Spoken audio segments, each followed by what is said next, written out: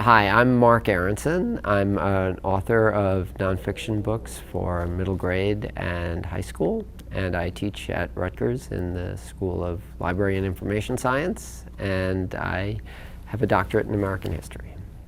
When I was growing up, I was always interested in history. I think partially because both of my parents were immigrants. My father came here in 1922, and my mother came in 1939, just barely escaping from Hitler. And so if your parents are immigrants, you know there's another story that's different from the story that's all around you. You know there's a past that's different from the present, but in some way connects to the present. So I was always interested in figuring out those connections, linking those dots.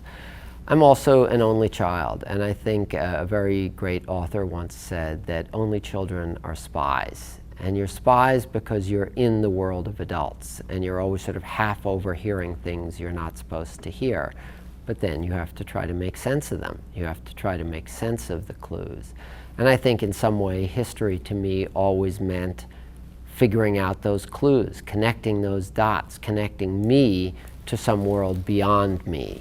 The world of adults, the world of my parents' past, the world of Europe, the world of other times and places. That always felt like a treasure to me to make that connection. So I initially hoped to be an archaeologist. I was very influenced by a book called Gods, Graves, and Scholars by C.W. Ceram, C-E-R-A-M, which was an adult book about the great archaeologists, Schliemann discovering Troy, Sir Arthur Evans discovering the Palace of Knossos in Crete. And that always seemed wonderful to me. It's what I wanted to do. But there were maybe two issues. One was the issue that it sort of seemed like everything had already been found. All the good stuff was already known. I can't find Troy, it's been found. And so it was a little bit discouraging on that front. And then the other issue was that at my bar mitzvah when I turned 13, and the rabbi was going to talk about my interest in archaeology, happened to be the week John Kennedy was assassinated. And so in a certain way, history interrupted my interest in the deeper past. When I was an undergraduate, and actually when I returned years later to graduate school, I thought I would study medieval history. And I think that was because my grandfather was a rabbi, as were many prior Aronson men.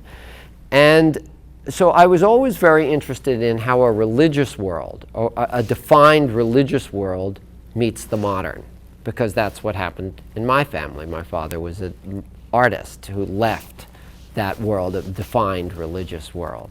And so medieval history seemed like that same story, where you had a Europe defined by religion that started to break out in the Renaissance and started to move out of that.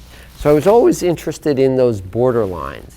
But I think I was also interested in another borderline, and that's the borderline between childhood, adolescence, and adulthood. It's the same thing. It's leaving a closed-in community of shared beliefs and moving out into a wider world in a time of challenging beliefs and ideas.